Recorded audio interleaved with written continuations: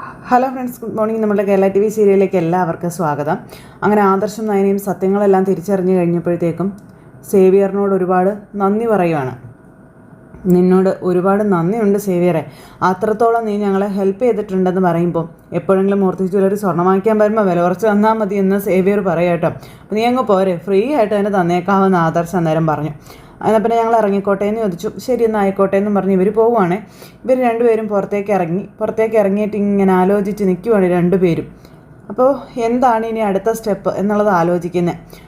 നമുക്ക് അയച്ച മെസ്സേജുകൾ നമ്മളെ രക്ഷിക്കാൻ വേണ്ടിയിട്ടായിരുന്നു എന്നും ആപത്ത് വരുമ്പോഴൊക്കെ മുന്നറിയിപ്പ് തന്നിട്ടുമുണ്ട് ആ നമ്പറിൽ നിന്നും. അങ്ങനെയാണെന്നുണ്ടെങ്കിൽ ഇതിൻ്റെയൊക്കെ പിന്നിൽ പ്രവർത്തിച്ചത് നവ്യ തന്നെ ആയിരിക്കത്തില്ലേ എന്ന് ആദർശ് ചോദിക്കുക. അപ്പോൾ അല്ലാതെ നമിതയായിട്ട് നമുക്ക് യാതൊരു ബന്ധമില്ലല്ലോ ആദർശേട്ടാ. ഇതിൽ നിന്ന് നമുക്കിപ്പോൾ എന്താ അതിനെ മനസ്സിലാക്കാനുള്ളത്? നവ്യേച്ചി എന്തൊക്കെയോ തിരിച്ചറിഞ്ഞിട്ടുണ്ടെന്നുള്ളത് തന്നെയാണ് അല്ലേ? പക്ഷേ ഒരാൾക്ക് ഇങ്ങനെയൊക്കെ അഭിനയിക്കാൻ പറ്റുമോ? ചേച്ചിക്കേ പറ്റും. അതുകൊണ്ടാണ് ചേച്ചി നല്ലൊരു മോഡലായത് എന്നും അഭിനയത്തോട് ചേച്ചിക്ക് കുട്ടിക്കാലം മുതലേ വലിയ താല്പര്യമുള്ളത്. ഒരു ദിവസമേ ഏതോ ഒരു പരസ്യത്തിൽ അഭിനയിക്കാൻ പോയപ്പോൾ നമ്മളല്ലേ ചേച്ചിയെ തടഞ്ഞത്. അഭി ചെയ്ത തെറ്റുകൾ അവൾ അറിഞ്ഞിട്ടുണ്ടെങ്കിൽ അവളിപ്പോൾ വല്ലാത്തൊരു മാനസികാവസ്ഥയിലൂടെ ആയിരിക്കും കടന്നു പോകുന്നത്. അവൻ ചെയ്ത തെറ്റ് ഒരു പെണ്ണിനും സഹിക്കാൻ പറ്റുന്നതല്ല എന്നൊക്കെ ആദർശ് പറഞ്ഞു. അപ്പോൾ ആ ദേഷ്യമൊക്കെ ഉള്ളിലൊതുക്കിയിട്ടാണ് അവൾ എല്ലാവരുടെയും മുന്നിൽ പിടിച്ചു നിൽക്കുന്നത്. ഒന്നും ഇതുവരെ ഉറപ്പിക്കാൻ കഴിഞ്ഞിട്ടില്ലല്ലോ. എന്നാലും സേവിയറിൻ്റെ കയ്യിൽ നിന്ന് ഇത്രയും ഡീറ്റെയിൽസൊക്കെ കിട്ടിയപ്പോൾ ഒരാശ്വാസം പോലെ തോന്നുന്നുണ്ടെന്ന് പറഞ്ഞു നയന. എൻ്റെ നവ്യേച്ചിയെ എനിക്ക് തിരിച്ചു കിട്ടിയതുപോലെ ഒരു തോന്നലാണെന്ന് പറയുമ്പോൾ പക്ഷേ നമുക്ക് ഈ നാടകം പൊളിക്കണമെന്ന് ആദർശ്. അപ്പോൾ എങ്ങനെയാണെന്ന് ചോദിച്ചു. അതിന് വഴിയുണ്ടെന്ന് ആദർശ് പറഞ്ഞു. അങ്ങനെ ആദർശ് ഫോൺ എടുത്തിട്ട് നവ്യയുടെ നമ്പറിലേക്ക് മെസ്സേജ് അയക്കുകയോ വിളിക്കാനോ അങ്ങോട്ട് തുടങ്ങുക. അപ്പോഴത്തേക്കും ദേവയാനി അങ്ങോട്ടേക്ക് വരുന്നു. നവ്യ അവിടെ നിൽക്കുന്നത് കാണുന്നു. അപ്പോൾ ദേവയാനി പതുക്കെ അങ്ങോട്ടേക്ക് ചെല്ലുന്നു. അഭിനയമാണെങ്കിലും അങ്ങനെ അവൾക്ക് തോന്നരുത്, ആ രീതിയിൽ വേണം പ്രസൻറ്റ് ചെയ്യണമെന്ന് മോളെന്നോട് പറഞ്ഞതെന്ന് പറഞ്ഞു. അപ്പോൾ കോള് ചെന്നത് വേറെ ആർക്കുമല്ല, നമ്മുടെ ദേവയാനിക്കാണ്. ദേവയാനിയെ ഒരു പടയാളിയാക്കി പറഞ്ഞു വിട്ടിരിക്കുകയാണ് ആദർശം നയനയും കൂടി. ദേവയാനി എന്നിട്ട് നേരെ നവ്യയുടെ അടുത്തേക്ക് ചെല്ലുക. നവ്യേ, എന്താ മൈ സത്യം പറയണം, നിന്റെ അറിവോടെയാണോ എൻ്റെ മോനെയും മോളെയും ഗുണ്ടുകൾ തട്ടിക്കൊണ്ടു പോയത് എന്ന് ദേവയാനി നവ്യയോട് ചോദിക്കുക. നവ്യ ഇങ്ങനെ നോക്കൂ കേട്ടോ. എൻ്റെ അറിവോടെയോ? അപ്പം നീ അറിയാതെ ഒരിക്കലും ഇത് സംഭവിക്കില്ല നവ്യേ. നോക്ക്, നിന്നോട് അഭി അതിനെപ്പറ്റി പറഞ്ഞിട്ടുണ്ടാകുമെന്നൊക്കെ പറയുമ്പം നവ്യ ഞെട്ടി നിൽക്കുക. ഒന്നും അറിയാത്തതുപോലെ എന്നിട്ട് അവൾ നിൽക്കുക. എവിടേക്കാടി അവരെ കൊണ്ടുപോയത്? എടി പറ, എവിടേക്കാടി അവരെ കൊണ്ടുപോയതെന്ന് ചോദിച്ച് ഒച്ച വയ്ക്കുന്നു. അപ്പോൾ എനിക്കൊന്നും അറിയില്ല അമ്മ എന്ന് പറഞ്ഞു നവ്യ. പിന്നെ ആർക്കാടി അറിയാവുന്നത്? അവനറിയാവാ അഭിക്ക്. അപ്പോൾ എന്നോടൊന്നും പറഞ്ഞിട്ടില്ല എന്ന് പറഞ്ഞു നവ്യ. അല്ലെങ്കിൽ നിന്നോടൊന്നും പറയത്തില്ലല്ലോ അല്ലേ? എൻ്റെ മക്കൾക്ക് എന്തെങ്കിലും സംഭവിച്ചാലുണ്ടല്ലോ പിന്നെ ഒന്നിനെ ഞാനവിടെ ജീവിക്കാൻ പോലും അനുവദിക്കില്ലെന്ന് പറഞ്ഞുകൊണ്ട് നമ്മുടെ ദേവയാനി അവിടെ നിന്ന് അങ്ങോട്ടേക്ക് പോന്നു. എന്നിട്ട് പോയി ദേവേനെ തിരിച്ചു വന്നിട്ട് എൻ്റെ മോനെയും എൻ്റെ മരുമോളെയും നശിപ്പിക്കാനായിട്ട് നീയൊക്കെ എന്തെങ്കിലും ചെയ്താലുണ്ടല്ലോ അന്ന് നിൻ്റെ അവസാനമായിരിക്കും, കരുതിയിരുന്നോ നീ എന്നും പറഞ്ഞു ദേവയാനി പിന്നെ അവിടെ നിന്ന് അങ്ങോട്ടേക്ക് പോയി. അപ്പോഴത്തേക്ക് നവ്യയ്ക്ക് ടെൻഷനായി. ദൈവമേ, നയനയ്ക്ക് എന്നാ പറ്റിയെന്ന് അറിയത്തില്ലല്ലോ, അവനിനി എന്തെങ്കിലും അവിവേകം കാണിച്ചോന്നും അറിയത്തില്ല. നവ്യാണെങ്കിൽ തലയ്ക്ക് ഭ്രാന്തെടുത്ത് ഇങ്ങനെ അവിടെ നിൽക്കുക. ഈ സമയത്ത് നമ്മുടെ ദേവയാനി അപ്പുറം മാറി നിന്ന് നവ്യയെ ശ്രദ്ധിക്കുകയാണ്, നവ്യയുടെ മാറ്റങ്ങളും കാര്യങ്ങളും. പെട്ടെന്ന് തന്നെ നവ്യ ഫോൺ എടുക്കണു. എന്നിട്ട് നമിതയെ വിളിക്കുവാണ്. നമിതയെ വിളിച്ചിട്ട് എടി ആദർശനെ നയനെ ഏതോ ഗുണ്ടകൾ തട്ടിക്കൊണ്ട് പോയിന്ന്. അപ്പോഴത്തേക്കും നമിതയും ഞെട്ടി. തട്ടിക്കൊണ്ട് പോയിന്നോ? നീ എന്തൊക്കെയാ ഈ പറയുന്നത്? അപ്പോൾ എനിക്കൊന്നും അറിയില്ല എന്നും ആദർശേട്ടൻ്റെ അമ്മ വന്ന് പറഞ്ഞപ്പോഴും ഞാൻ ഈ കാര്യം അറിയുന്നതെന്നൊക്കെ പറയാം. നീ എത്രയും പെട്ടെന്നൊന്ന് അന്വേഷിക്കണമെന്നും പറഞ്ഞു. പിന്നെ എന്തെങ്കിലും വിവരം കിട്ടിയാൽ പെട്ടെന്ന് എന്നെ അറിയിക്കുകയും വേണം കേട്ടോ എന്ന് നവ്യ പറയുന്നു. എൻ്റെ നയനയ്ക്ക് ഒരാപത്തും വരാൻ പാടില്ല, അറിയാമല്ലോ അവൾ പ്രഗ്നൻ്റ് ആയിരിക്കുകയാണെന്ന കാര്യമൊക്കെ പറയാം നവ്യ. അവൾക്ക് ഈ സമയത്ത് ഇങ്ങനെയൊന്നും സംഭവിക്കാൻ പോലും പാടില്ലാത്തതാണെന്നൊക്കെ പറഞ്ഞപ്പോഴത്തേക്കും നീ ഫോൺ വയ്ക്കുക, സൈബർ സെല്ലിലുള്ള എൻ്റെ ഫ്രണ്ടിനെ ഞാൻ വിളിക്കാം, നീ വേഗം വെച്ചോളാൻ പറഞ്ഞു. അങ്ങനെ നമിത ഫോൺ അങ്ങ് കട്ട് ചെയ്തു. ശരിയടിയെന്നും പറഞ്ഞുകൊണ്ട് നവ്യ അവിടെ നിന്ന് ഓടി പോവുകയാണ്. ആ സമയത്ത് ദേവയാനി അവിടെ ഒളിച്ച് നിൽക്കുക കേട്ടോ, നവ്യയുടെ ഫോൺ വിളിയും കേട്ട്. അത് കേട്ട് കഴിഞ്ഞപ്പോഴത്തേക്ക് നമ്മുടെ ദേവയാനിക്ക് കാര്യം പിടികിട്ടി. അപ്പോൾ പിള്ളേർ പറഞ്ഞത് സത്യമാണെന്ന് മനസ്സിലായി. അങ്ങനെ നമ്മുടെ ദേവയാനി ഒരു ചിരിയൊക്കെ ചിരിച്ച് ഇങ്ങനെ നിൽക്കുന്നു. തൊട്ടടുത്ത നിമിഷം ഫോൺ എടുത്ത് ആദർശിനെ വിളിക്കുക. അമ്മ വിളിക്കുന്നുണ്ട്, നീ സ്പീക്കർ ഫോണിൽ ഇടാൻ പറഞ്ഞു ആദർശ്. അപ്പോൾ തന്നെ നയന അതുപോലെ ചെയ്തു കേട്ടോ.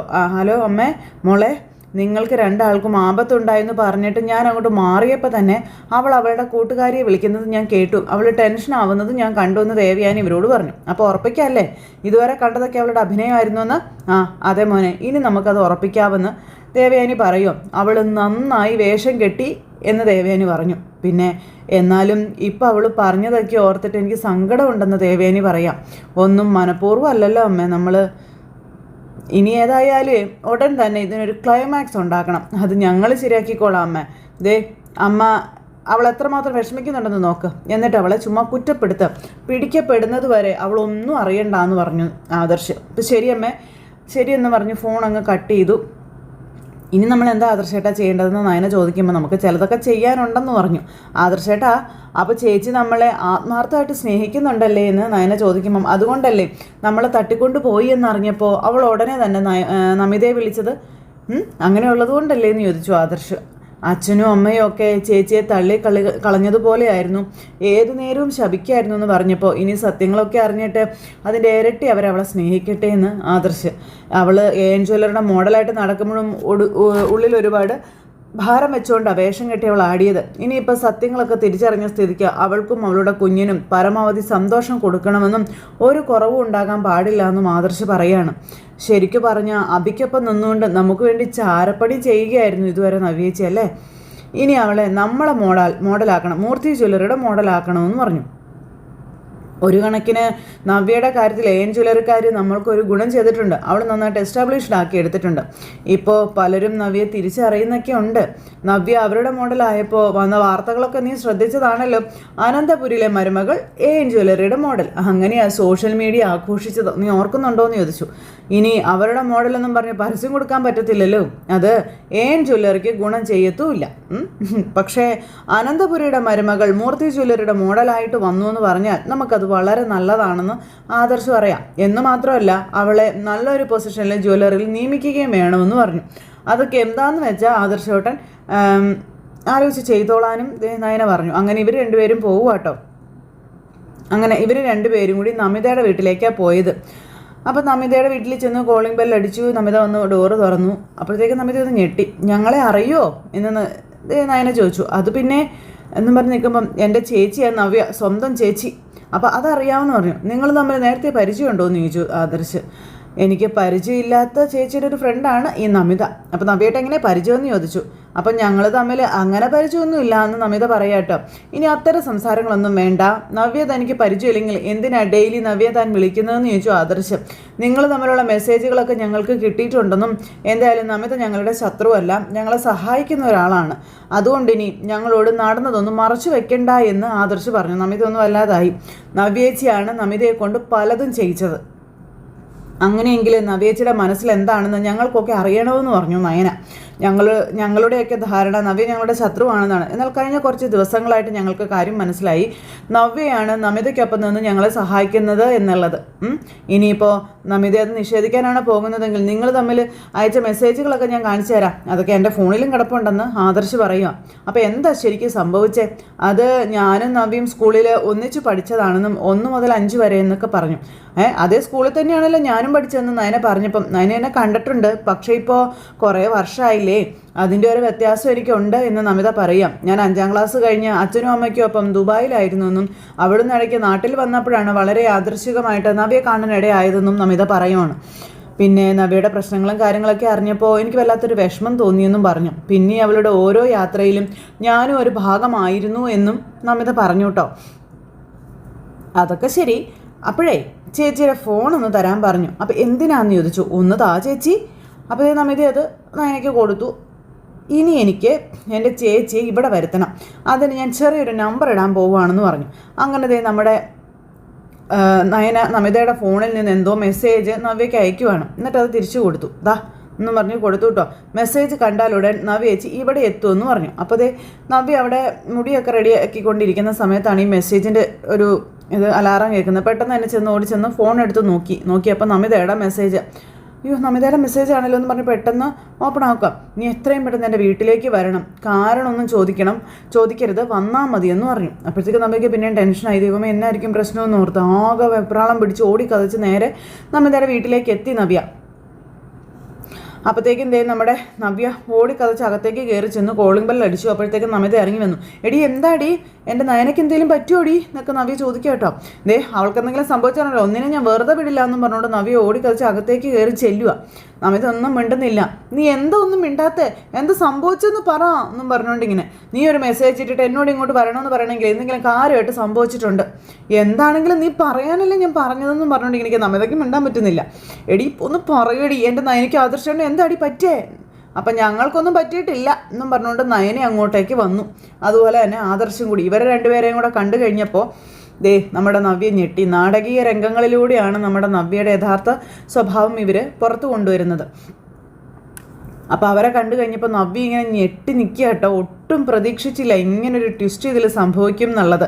നവ്യ എന്നിട്ട് ഇങ്ങനെ നമിതയെ നോക്കിക്കൊണ്ട് ഇങ്ങനെ നിൽക്കുക. നാടകവേ അസലായിട്ടുണ്ട് കേട്ടോ, കുറേ നാളായല്ലോ ഈ പ്രകടനം തുടങ്ങിയിട്ട് എന്ന് അതിനെ പറഞ്ഞപ്പോൾ ഇന്ന് അതിൻ്റെ ക്ലൈമാക്സ് ആയിക്കോട്ടെ എന്ന് കരുതെന്ന് പറഞ്ഞു ആദർശ്. അപ്പം നിങ്ങളൊക്കെ എന്താ ഇവിടെ എന്ന് ചോദിച്ചു. അഭിനയിച്ച് തകർത്തല്ലോ, ഇനി മതിയാക്കിക്കൂടെ എന്ന് ആദർശേട്ടൻ ചോദിച്ചത് എന്ന് നയന. ആദർശേട്ടനും നയനയും എല്ലാം മനസ്സിലാക്കിയെന്ന് നമിത പറയുക. എന്നിട്ടാണ് അവരിങ്ങോട്ടേക്ക് വന്നത്. എൻ്റെ മൊബൈലിൽ നിന്ന് നയനയാണ് നിനക്ക് മെസ്സേജ് അയച്ചതെന്ന് നമിത പറയുന്നു. അയ്യോ, നവ്യ ആകെ വല്ലാതായിട്ട് ഇങ്ങനെ നിൽക്കുക കേട്ടോ. ആ സമയത്ത് കുറേ നാളായിട്ട് ആരോ ഞങ്ങളെ മറിഞ്ഞിരുന്ന് സഹായിക്കുന്നുണ്ടായിരുന്നു, അത് ആരാണെന്ന് അറിയാനായിട്ടൊരു ആകാംക്ഷ ഉണ്ടായിരുന്നു, അങ്ങനെയാണ് ഞങ്ങൾ നവ്യയിലേക്ക് എത്തിയതെന്നും പറഞ്ഞു. അതിനു മുമ്പ് തന്നെ ഞങ്ങൾക്ക് മനസ്സിലായി നവ്യ ഞങ്ങളുടെ ശത്രു അല്ല എന്നുള്ളത്. അല്ല, എന്നു മുതലാണ് ഈ പരിപാടിയൊക്കെ തുടങ്ങിയത്? അപ്പോൾ തുടങ്ങിയിട്ട് കുറേ ആയി എന്ന് നമ്മുടെ നവ്യ. കുറേ എന്ന് പറഞ്ഞാൽ ജ്വല്ലറിയുടെ മോഡലാകുന്നതിന് മുന്നേ നവ്യ കഥകൾ അറിഞ്ഞായിരുന്നോ എന്ന് ചോദിച്ചു. അപ്പോൾ അന്ന് അതിനുള്ള സാഹചര്യങ്ങൾ ഉണ്ടായിരുന്നില്ലല്ലോ, അതിന് ശേഷമാണ് ഞാനെല്ലാം അറിഞ്ഞതെന്ന് നവ്യ പറയാം അവരോട്. പിന്നെ ഇനിയിപ്പോൾ എന്തായാലും പിടിക്കപ്പെട്ട സ്ഥിതിക്ക് എനിക്ക് ആദർശേട്ടനോട് നയനോട് കുറച്ച് കാര്യങ്ങൾ പറയാനുണ്ടെന്ന് നവ്യ പറയുകയാണ്. നമിതയ്ക്കേ എല്ലാം അറിയാം, നമുക്കൊന്ന് പുറത്തോട്ട് പോയാലോ എന്ന് ചോദിക്കുമ്പം അതിനെന്താ, ചേച്ചിയുടെ സംസാരം കേൾക്കാനാണ് ഞങ്ങൾ ആകാംക്ഷയോടെ കാത്തിരിക്കുന്നതെന്ന് പറഞ്ഞു. ഇവള എല്ലാ അർത്ഥത്തിലും എന്നെ സഹായിച്ചത്, എൻ്റെ കഥകൾ അറിഞ്ഞിട്ട് എനിക്കൊപ്പം നിൽക്കുമായിരുന്നു അവളെന്ന കാര്യം പറഞ്ഞ് അതിന് ഇവളോട് എത്ര നന്ദി പറഞ്ഞാലും മതിയാവില്ല എന്നും പറഞ്ഞു. അപ്പോൾ അതൊന്നും സാരമില്ല, നമിതയ്ക്ക് എന്ത് സഹായം വേണമെങ്കിലും നമുക്ക് ചെയ്തു കൊടുക്കാമെന്ന് ആദർശ് പറയുകയാണ്. പക്ഷേ അതൊന്നും വേണ്ടെന്നാണ് നമിത പറഞ്ഞതെന്ന് പറഞ്ഞപ്പം എൻ്റെ ക്ലോസ് ഫ്രണ്ടാണ് നവ്യ. ഇവളുടെ കഥകൾ കേട്ടപ്പോൾ എനിക്ക് ഇവളോടുള്ള സ്നേഹം കൂടി, ഒപ്പം ഇവളെ തകർത്തവരോട് ദേഷ്യവുമാണെന്ന കാര്യം നമിത പറയാം. അതുകൊണ്ടാണ് മുന്നിൽ അപകടമുണ്ടെന്ന് അറിഞ്ഞിട്ടും ഞാൻ കൂടെ തന്നെ നിന്നതെന്നൊക്കെ ഈ നമിത പറയാം കേട്ടോ. നിങ്ങൾ വാ, എന്തായാലും ബാക്കിയുള്ള കാര്യങ്ങളൊക്കെ നമുക്ക് വിശദമായിട്ട് സംസാരിക്കാമെന്നും പറഞ്ഞ് നവ്യ ഇവരെയും കൂട്ടിക്കൊണ്ട് പോകുക കേട്ടോ. അപ്പം നമിതയോട് യാത്ര പറഞ്ഞ് ഇവരങ്ങ് പോയി. അങ്ങനെ ഇവർ 3 പേരും കൂടി ആളൊഴിഞ്ഞൊരു സ്ഥലത്തെത്തി. അവിടെ ചെന്ന് നവ്യ മനസ്സ് തുറക്കുക. അഭിയുടെ മോളാണ് ചന്ത മോളെന്ന് നിങ്ങളെല്ലാവരും തിരിച്ചറിഞ്ഞു, എന്നിട്ട് എത്ര നാളായി എൻ്റെ അടുത്തുനിന്ന് നിങ്ങളത് മറച്ചു വെച്ചത് എന്ന് നവ്യ അഭിയോട് നയനയോടും ആദർശനോടും ചോദിക്കാം. എന്നിട്ട് അവസാനം എല്ലാ നാടകത്തിനും ശേഷം അമ്മയെ കൊണ്ട് എന്നോട് പറയിപ്പിച്ചു. എന്തിനാ നിങ്ങളതെന്നോട് പറയിപ്പിച്ചത്? ജീവിതകാലം മുഴുവനും പറയാതിരിക്കാമായിരുന്നില്ലേ എന്ന് നവ്യ ചോദിക്കോട്ടെ. ഇവർ രണ്ടുപേരും അന്തം വിട്ടിങ്ങനെ നിൽക്കുവാണ് നവ്യയുടെ വർത്തമാനം കേട്ടിട്ട്. അമ്മ എന്നോട് സത്യങ്ങൾ വന്ന് പറഞ്ഞപ്പോൾ ഞാൻ വിശ്വസിച്ചില്ലെങ്കിലും ഉടനെ തന്നെ ഞാൻ സത്യങ്ങൾ അറിയാനായിട്ടുള്ള ഓട്ടം തുടങ്ങിയിരുന്നു. DNA ടെസ്റ്റിനായിട്ട് ചന്തു മോളുടെ അഭിയുടെയും തലമുടി ഞാൻ ഡേവിഡ് സാറിൻ്റെ കയ്യിൽ ആദ്യം കൊടുത്തതെന്നൊക്കെ പറയാം. അന്നറിയില്ലായിരുന്നു അവൻ്റെ ബിനാമിയാണ് ഡേവിഡ് എന്നുള്ള കാര്യം. അയാൾ ചന്തമോൾ അബിയുടെ കുട്ടി അല്ല എന്നാണ് എന്നോട് പറഞ്ഞതെന്ന് നവ്യ. ആ സമയത്തെ സ്വർഗ്ഗം അടക്കി പിടിച്ചതുപോലെയായിരുന്നു എനിക്കെന്നും നവ്യ. എന്നാൽ അതോടൊപ്പം തന്നെ നിങ്ങൾ കണ്ടില്ലേ ഇപ്പോൾ എൻ്റെ സുഹൃത്ത് നമിതയെ, അവളുടെ കയ്യിലും ഞാൻ തെളിവുകൾ കൊടുത്തുവിട്ടിട്ടുണ്ടായിരുന്നു. അവൾക്കറിയാവുന്ന ഫോറൻസിക് ഉദ്യോഗസ്ഥരെ കൊണ്ട് അവളും സത്യങ്ങളും മനസ്സിലാക്കിയെന്ന് പറയാം നവ്യ. ആ റിസൾട്ടിൽ അഭിയായിരുന്നു ചന്തുമോളുടെ അച്ഛനെന്ന് പറഞ്ഞു. നയനെ ആദർശം ഞെട്ടുവാണ് നവ്യ പോയ വഴികൾ കേട്ടിട്ട്. ആ സമയത്ത് ഹൃദയം നുറുങ്ങിപ്പോകുന്നൊരു വേദനയായിരുന്നു എനിക്കെന്ന് നവ്യ പറഞ്ഞു. മരിച്ചാൽ മതിയെന്ന് പോലും എനിക്ക് തോന്നിയതാണെന്നും. എന്നാലേ എനിക്കൊരു കുഞ്ഞുണ്ട്, അതിനെ കളഞ്ഞിട്ട് ഞാനല്ല പോവേണ്ടത് അവനാണെന്ന് ആ സമയത്ത് എൻ്റെ മനസ്സെന്നോട് പറയുന്നുണ്ടായിരുന്നു. അവിടെ മുതലേ ഞാൻ എൻ്റെ ഗെയിം ആരംഭിച്ചു എന്ന് നവ്യ ഇവരോട് പറയാം. അവനൊപ്പം ചേർന്ന് നിന്നുകൊണ്ട് അവനെ തകർക്കുക, അതിനായിരുന്നു എൻ്റെ ശ്രമം അത്രയും. ആദർശേട്ടന് അന്ന് അൺനോൺ നമ്പറിൽ നിന്ന് മെസ്സേജ് അയച്ചത് ഞാൻ തന്നെയാണെന്ന് നവ്യ സമ്മതിക്കാട്ടോ. ഇതൊക്കെ കേട്ട് ഇവർ ഞെട്ടി ഇങ്ങനെ നിൽക്കുകയാണ് അന്തം വിട്ട്. അപ്പോൾ അവനും അവൻ്റെ അച്ഛനും അവരുടെ ജ്വല്ലറിയും തകർന്ന് തരിപ്പണമാകണമെന്ന കാര്യം പറയണം.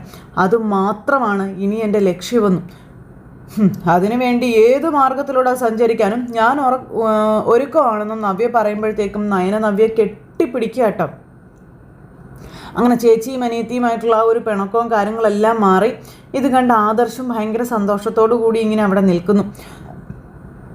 അങ്ങനെ ഇവർ സംസാരിച്ച് സത്യങ്ങളെല്ലാം പരസ്പരം അങ്ങോട്ടും ഇങ്ങോട്ടും മനസ്സിലാക്കിയല്ലോ. ചന്തുമോൾ ആദർശേട്ടൻ്റെ കുഞ്ഞാണെന്ന് കരുതി ഞാൻ ഒരുപാട് വേദനിപ്പിച്ചിട്ടുണ്ടെന്നും പറയാൻ പാടില്ലാത്ത ഒരുപാട് കാര്യങ്ങൾ ഞാൻ പറഞ്ഞിട്ടുമുണ്ട്. അതിനൊക്കെ ഞാൻ മാപ്പ് ചോദിക്കുകയാണെന്ന് ഇങ്ങനെ പറയുമ്പം അതിൻ്റെ ഒന്നും ആവശ്യമില്ല എന്ന് പറഞ്ഞു ആദർശ്. ശരിക്കും ഞങ്ങളല്ലേ നിന്നോട് മാപ്പ് ചോദിക്കേണ്ടതെന്ന് ചോദിച്ചു. അബിയെപ്പോലെ ഒരുത്തൻ്റെ കൂടെ ജീവിക്കുക എന്ന് പറഞ്ഞാലേ അത് വലിയൊരു റിസ്ക്കാണ്.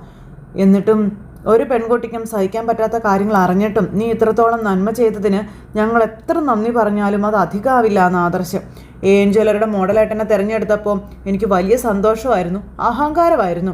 പിന്നീടാണ് എന്തുകൊണ്ടാണ് അവർ എന്നെ തിരഞ്ഞെടുത്തത് എന്ന് എനിക്ക് മനസ്സിലായത്.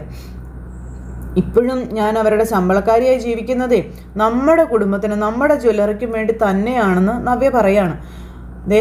ഞാൻ ചാരപ്പണി ചെയ്യുകയാണെന്ന് അറിഞ്ഞു കഴിഞ്ഞാൽ അടുത്ത നിമിഷം കൊല്ലപ്പെടുമെന്ന് എനിക്കറിയാമെന്നും നവ്യ.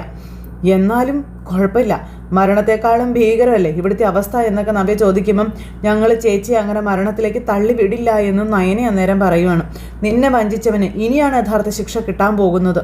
അവൻ്റെ അനിയത്തിക്ക് ഒരിക്കലും അനിയെ കിട്ടാൻ പാടില്ല, ആ ബന്ധം നടക്കരുത് എന്നിങ്ങനെ പറയുമ്പോൾ അതിനു വേണ്ടിയാണോ ചേച്ചി നവീനെ പോയി കണ്ടത് എന്ന് നയന ചോദിച്ചു. അനിയും നന്ദുവും തമ്മിൽ പ്രേമത്തിലാണെന്ന് പറഞ്ഞത് നവീൻ്റെയും നന്ദുവിൻ്റെ വിവാഹം മുടക്കാനാണോ? അപ്പോൾ അതേ എന്ന് നവ്യ പറഞ്ഞു കേട്ടോ. അന്നേരം ഇവർ അന്തം വിട്ടിങ്ങനെ കേട്ടോണ്ട് ഇങ്ങനെ നിൽക്കുക. അനി ജീവന് തുള്ളിയും സ്നേഹിക്കുന്നത് നന്ദുവിനെയാണെന്നും അങ്ങനെയുള്ളപ്പോൾ എനിക്ക് തന്നെയാണ് അവളെ കിട്ടേണ്ടതെന്ന് നവ്യ ഇവരോട് പറഞ്ഞു. അത് കേട്ടപ്പോൾ ശരിയാണെന്ന് നയനയും. നമ്മൾ രണ്ട് മരുമക്കൾക്കൊപ്പേ അവൾ തന്നെയാണ് അനന്തപുരിയിലേക്ക് വരേണ്ടതെന്നും നവ്യ പറയുമ്പം നയന ശരിയാണെന്ന് പറഞ്ഞു. മൂന്നാമത്തെ മരുമകളായിട്ട് അവൾ വന്നാൽ മതിയെന്നും നവ്യ പറയുവാണ്. അനി അവന്തികയെ കെട്ടിയ അഭി അവൻ്റെ അമ്മയൊക്കെ കൂടുതൽ പിടിമുറുക്കുമെന്നും അതിനോട് എനിക്ക് താല്പര്യമില്ല എന്ന് നവ്യ. പക്ഷേ അനിയുടെയും നന്ദുവിൻ്റെ ഇടയിലേക്ക് വന്നിരിക്കുന്നത് നവീന, അതാണ് പ്രയാസമെന്ന് പറയുമ്പം അതെനിക്ക് അറിയാം. എങ്കിലും അവസാനം നന്ദു അനിയൻ തന്നെ ഒന്നിക്കുമെന്നാ എൻ്റെ മനസ്സ് പറയുന്നതെന്ന് നവ്യ ഇവരോട് പറഞ്ഞു. സത്യങ്ങളെല്ലാം ഞങ്ങൾ തിരിച്ചറിഞ്ഞു, ഇനിയിപ്പം എന്താ അടുത്ത പരിപാടി എന്ന് ആദർശ് ചോദിച്ചു. ആദർശേട്ടൻ നയനെ അറിഞ്ഞ സത്യങ്ങൾ അബിയും അവൻ്റെ അമ്മയും അനിയത്തിയും ഒന്നും അറിയരുത്, കുറച്ച് നാൾ കൂടി ഈ അഭിനയം ഇങ്ങനെ തന്നെ പോട്ടെ എന്ന് നവ്യ പറഞ്ഞു. ഒരു സമയത്തെ ആദർശേട്ടനും നയനയാണ് അനന്തപുരി തറവാടിൻ്റെ പടി കടന്നു പോയത്. എന്നാലേ ശരിക്കും ഒന്ന് പോകേണ്ടിയിരുന്നത് അഭിയെന്ന് പറയുന്നവനായിരുന്നുവെന്നും അവൻ ഇനി പോകണമെന്ന് നവ്യ പറയുന്നു. ആ പോക്ക് ഇനി ഒരിക്കലും തിരിച്ചു വരാത്തൊരു പോക്കായിരിക്കണമെന്നും നയന ഇവരോട് രണ്ടുപേരോടും പറഞ്ഞു. അനന്തപുരി തറവാടിൻ്റെ വാതിൽ ഇനി ഒരിക്കലും തുറക്കാത്ത രീതിയിൽ അവന് നേരെ പൂട്ടണം.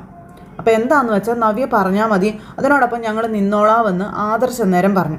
അങ്ങനെ ഇവർ ഒറ്റക്കെട്ടായിട്ട് ഇനി അങ്ങോട്ടേക്ക് അനന്തപുരി ഭരിക്കാൻ പോകുന്നു. അപ്പോൾ അങ്ങനെ ഒരു സിറ്റുവേഷൻ കാണിച്ചുകൊണ്ട് ഇന്നത്തെ അടിപൊളി എപ്പിസോഡ് അവസാനിച്ചിട്ടുണ്ട്. അപ്പോൾ ആരും തന്നെ മിസ് ചെയ്ത് കളയാതെ എല്ലാവരും കാത്തിരുന്ന് കാണണം കേട്ടോ. എല്ലാവർക്കും നല്ലൊരു ദിവസം ആശംസിക്കുകയാണേ. എല്ലാവരുടെയും സപ്പോർട്ടിനും സ്നേഹത്തിനും ഒരുപാട് നന്ദി ഹൃദയത്തിൻ്റെ ഭാഷയിൽ അറിയിക്കുന്നു. അടുത്ത സൂപ്പർ ഹിറ്റ് കഥയുമായി കാണുന്നത് വരെ എല്ലാവർക്കും ടാറ്റാ. അപ്പോൾ നമ്മുടെ ചാനൽ ആദ്യമായിട്ട് കാണുന്നവരുണ്ടെങ്കിൽ ഒന്ന് സബ്സ്ക്രൈബ് ചെയ്യണം കേട്ടോ. തൊട്ടടുത്ത് കാണുന്ന ബെൽ ബട്ടൺ അമർത്തി കഴിഞ്ഞിട്ടുണ്ടെങ്കിൽ നമ്മുടെ വീഡിയോസ് എളുപ്പത്തിൽ കാണാൻ കഴിയുന്നതായിരിക്കും. നോട്ടിഫിക്കേഷനായിട്ട് നിങ്ങളുടെ ഫോണുകളിലേക്ക് നമ്മുടെ എപ്പിസോഡുകൾ കൃത്യമായി എത്തുന്നതായിരിക്കും. അപ്പോൾ എല്ലാവരോടും ടാറ്റാ.